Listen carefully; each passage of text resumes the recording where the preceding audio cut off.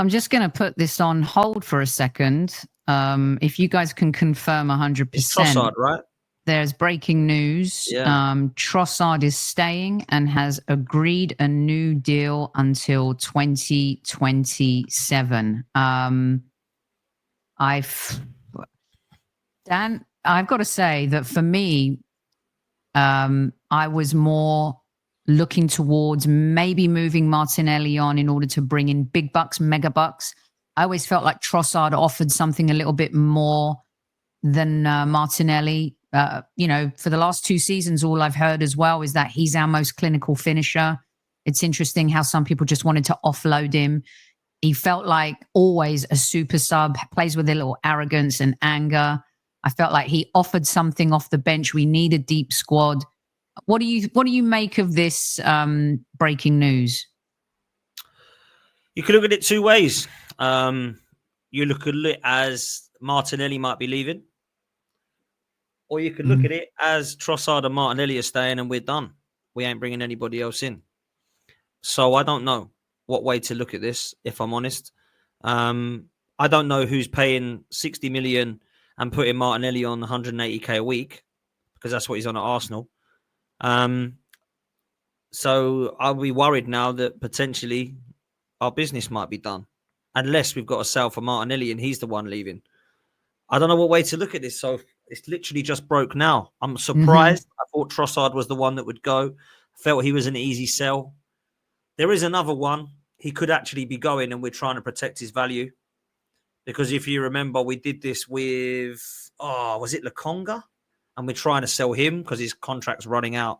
And we're trying to sell him to keep money for him. I think, was it Nelson as well? It was someone, I can't even think now. There's been so many players of late, but I'm sure there was someone that we did this with. And I think there's been a couple of clubs that have done that where it's their last season and they then go, right, let's get you signed up anyway, but we will sell you so we can get some money for you. It could be that. Or it could be that me and you disagree about this a lot. It could be that the Cronkies have said, you've had enough. We ain't spending any more. Your squad's your squad, so you might as well keep him. So is this positive or negative? I don't know. Maybe we're done. Maybe we're not done and we're keeping Trossard and Martinelli and we're going to get a big player in as well. I don't know, mate. I'm a bit conflicted, if I'm honest. So the news is that he's signed a contract, but it's the same amount. He's basically been given a pay rise, is what I'm reading.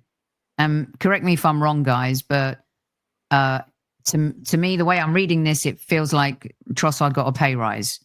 This is the truth about struggling to sell players and stuff like that.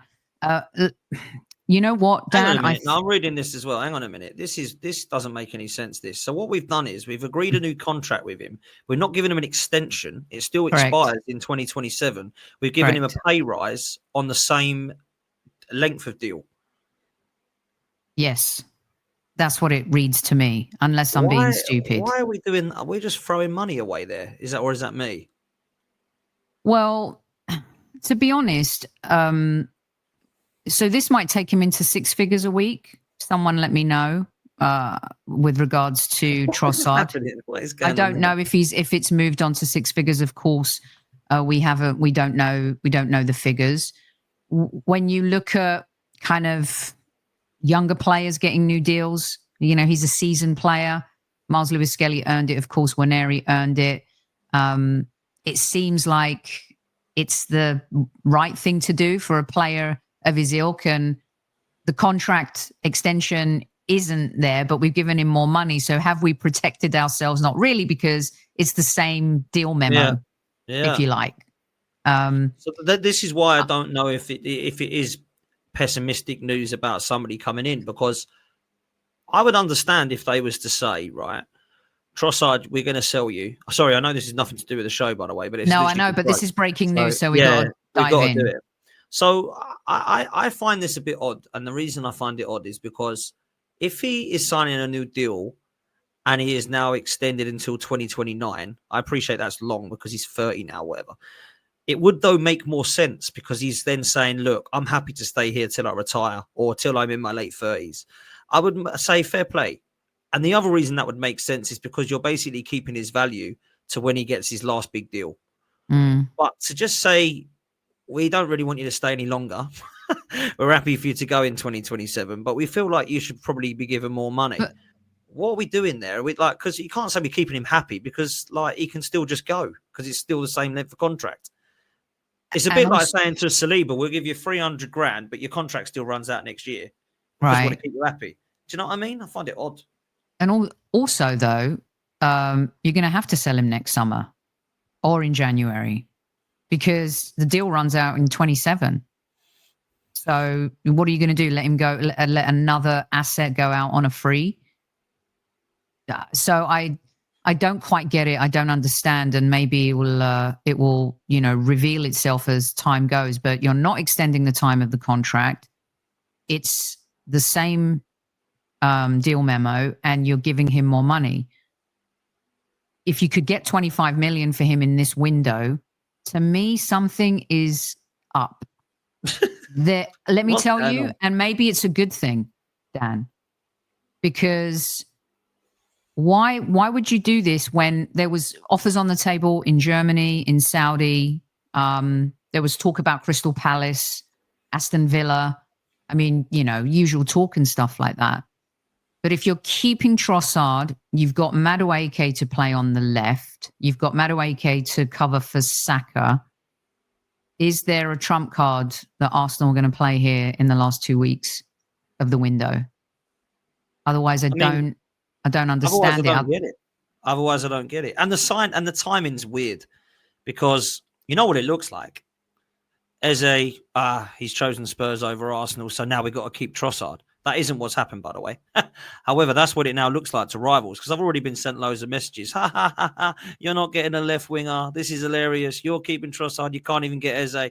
That's what it now looks like to some of the rivals. What we now need to do is go and play our trump card and go, let it go, Rodrigo, he's coming. That's the only way we can save this window. Otherwise, we've spent an amazing amount of money on Madueke and chose him over Eze, and we've not got Rodrigo. We've kept Trossard and Martinelli. That is a poor end to the window. So if that's the case, that can't happen. So we have to now go and respond and say, yeah, no, you keep Eze. The reason we don't want Eze is because we believe in Ethan and Max, and we're getting Rodrigo instead. That's the only way this can now be like rivals to go, shit. That's the only way, man. If you're trying to PR spin and appease the masses because Eze is going to Tottenham, Trossard is not the way to do it. I agree. That's not the counter, right? And that's no disrespect to Trossard. I think he's been a really good signing for Arsenal, and he's played a big role, turned up in big games, come off the bench. I have no issue with Trossard being in this squad. I would start him, more than Martinelli. Martinelli needs a lesson as a super sub. I feel like the guy can come on for 20, 25 minutes, terrorize teams and maybe make something happen. There's a whole issue going on there. What the Eze thing is ridiculous for anyone to say, he decided to join Tottenham over Arsenal. No, he didn't. Arsenal didn't want him. They never wanted him, Dan. They never did. And a prominent source today, or person, I was like, Arsenal should go hijack this deal. Just do it. Take us over the edge. And the response was, where's he going to play? And I was having this conversation with Albert and Kenny Ken, and they were saying, well, against Chelsea, the dude was popping up on the left, in the middle. Like, what is this whole thing about where is he going to play? Why does Arsenal's squad have to fall into the where are they going to play? I thought we liked hybrid players, a little diversity, a little, players who can do a little bit of everything. I just don't get this. Where's he going to play? Well, I hate it. Stone the pigeons, man. He's a footballer. I hate it so much. And I think the people that say it clearly have only watched Arsenal since the kind of social media stuff's come out, because I never heard this at Highbury when people were going, why the hell have we got Carnu and Wiltord? We've got Henry and Bergkamp. We need to sell them quick. Why are we bringing in Jose Antonio Reyes, bless him? What are we bringing him in for? We've got Pires. Why the hell is Ray Parler still here? We've got Vieira and we've got Lundberg. I never had that, Soph. Yeah. Gael Clichy, what the hell? We better sell him. We've got Ashley Cole. We needed something called a squad. Now, when Eze comes into Arsenal, I know he's not now, but let's just go work with you for a minute. Erdegaard's under pressure. At the moment, he's got two youngsters that have no intention of playing at the moment because as much as they'd like to, our manager doesn't want to play them. So Max Dowman, we saw a lot of him in pre-season. I don't think he's going to play a lot of minutes, but I think he could potentially play more minutes than people think. Ethan Nwaneri, typical example to bring him on and give us something different on Sunday, didn't see it happen. Eze would have been perfect at the weekend. We were struggling to break down, wasn't even a low block. We were struggling to break down Manchester United. We've struggled in pre-season to break down low blocks against those particular teams. And all of last season, the draws could have been turned into wins. Not all of them, but some of them with a player like Eze. And people are like, well, where's he going to play? Where's he going to play? He can play play in the attacking 8. You can drop Rice into the 6. Or if you don't want to be bringing off Rice, then bringing off Zubimendi, then bring Rice off and put him in the attacking 8 where he actually can play in an advanced role. Bring Erdegaard into the attacking 8, play Eze through the 10, play Eze off the right and give Saka a break if he's having a stinker like he did on Sunday. Play him ahead of Martinelli at the moment. I know he's not a left winger, but he'll do a better job there because of what he does coming off from the left. There's a lot of positions he could have played, but no. And you know what? It's probably a good move for Eze, Spurs, because he's going to be guaranteed to play every single game there. Mm-hmm. But he was going to be guaranteed to actually allow us to challenge at the very top. He was going to, be able to challenge at the top. Now he's got to try and fight for top 6 with Tottenham because I think that's where they are at. So I don't know. I thought this was a perfect signing for Arsenal, and it's not going to happen now. I agree, Potsy. And look, I think that Zubimendi's a really good signing. We'll get to the rest later. Let's just dissect this a little bit more because when you look at taking the team over the edge to win, right? Have we done that this summer? I think 2/3. There's a third left. And this is why I wanted to have the world-class elite good conversation with you, because you look at Liverpool, and by the way, Florian Wirtz did not light the game on fire at Anfield. Yeah, our guy Gyökeres is getting all the shit thrown at him. Let's talk about that a little bit, shall we? I just find it incredible. The dude did nothing in that game. Frimpong had a really good game. Ekitike had a really great start. Wirtz, who's $150 gazillion, didn't do much, right? So, but they're definitely, and who's to say that he's world class? Okay, he had an amazing season with Bayer Leverkusen, won the treble. That's where these conversations evolve if you win things, right? But at the same time, you look at someone like Reinders and Man City and the players they've bought, they look elevated. They look like they're ready to challenge again. They look like they've bought players who will take them over the edge. And Eze, Rodrigo is unproven in the Premier League, but there are some players that, the goal scorer for Liverpool, Ekitike, never played in the Premier League, I thought was brilliant in his first game. You never know what's going to work and what isn't going to work, Dan. Rodrigo, I don't care what anyone says, he is a super class player. We've seen him do it at the highest level. It's going over the edge. I think this transfer with Eze, I think it's the biggest mistake Arsenal have made since +£1. And I think, Dan, it's going to come back to haunt us in North London derbies.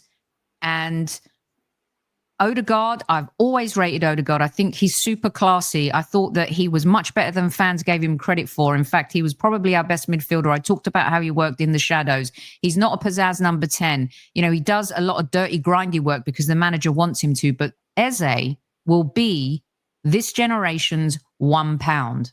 What's your thoughts? My thoughts are very similar to you.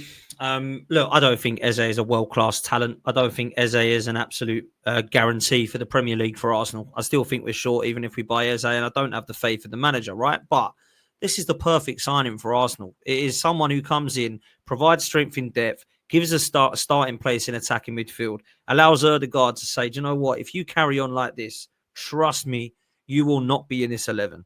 Eze is coming for your position. Eze can start on the left. He can start in the attacking 8.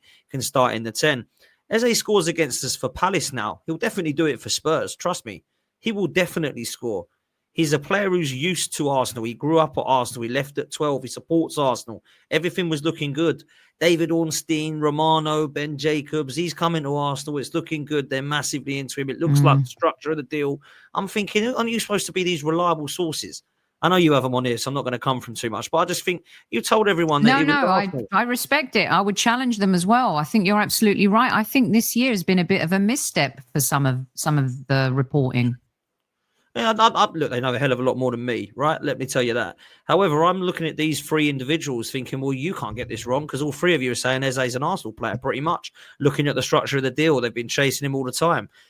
I'm sorry, it must have been BS because there's no way this guy's chosen Tottenham over Arsenal, people. Let's get that right. There's absolutely no way he's gone, oh, the Arsenal want me, do they? Oh, no, thank you. Get me to that Tottenham Hotspur.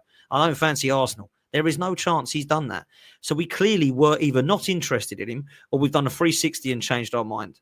That's what's happened. One of those two things. Now, I think one of the things that could have happened is that he could have been looking at the pre-season of Ethan Nwaneri and Max Dowman.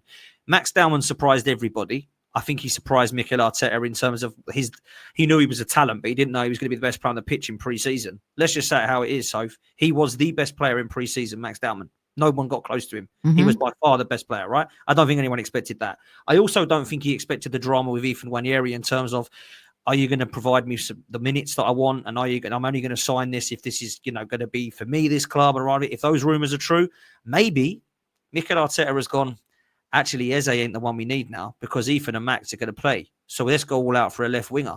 Let him go to wherever he wants. And he's chosen Tottenham. So maybe that has happened. But I was really stunned to see. I said literally a day before this was announced that Tottenham were back interested. I said, it's all gone quiet at Tottenham. It's pretty much going to be a given that he's going to come to Arsenal. All David Ornstein and Romano, and they're all saying it's not Tottenham, it's Arsenal. Now, all of a sudden, the three of them have got to hold a massive L because they've got it wrong. He's off to Spurs. Yeah. So I do feel like this one is one that we've dropped. Yeah, I think it, and it doesn't, whether you wanted him, I mean, like Chris Hudson didn't want Eze, right? Chris Hudson's like, don't want Eze. I think he's all right, but I don't think it's the needle mover. Fine, not a problem. But he's still agreeing this don't look good for the club. He's like, I didn't particularly want him, but I don't think it looks good for the club that we've been going out for him. Everyone's expecting him to come through the door for strength and depth. He's ended up going to a North London rivals, and we're being told we don't quite know who we're getting and our business might be done. I mean, come on, man. Seriously? Poor. Yeah. If he was going to Newcastle, I don't think it would bother. Runs with cows. I never said that. I never said that not signing Eze is the reason why we won't win the league. I said, have we signed enough players that take us over the edge to win the league? Yep. I think Liverpool have done, and they might not be finished. They may get Gay, they may get Isaac. Manchester City always throw in a last-minute bomb, but do their business early. I think they look really good. All I'm asking is, have we bought enough to take us over the edge to win the title? And Eze gets us a little bit closer, but then I agree with Dan. You could use, a Rodrigo as well.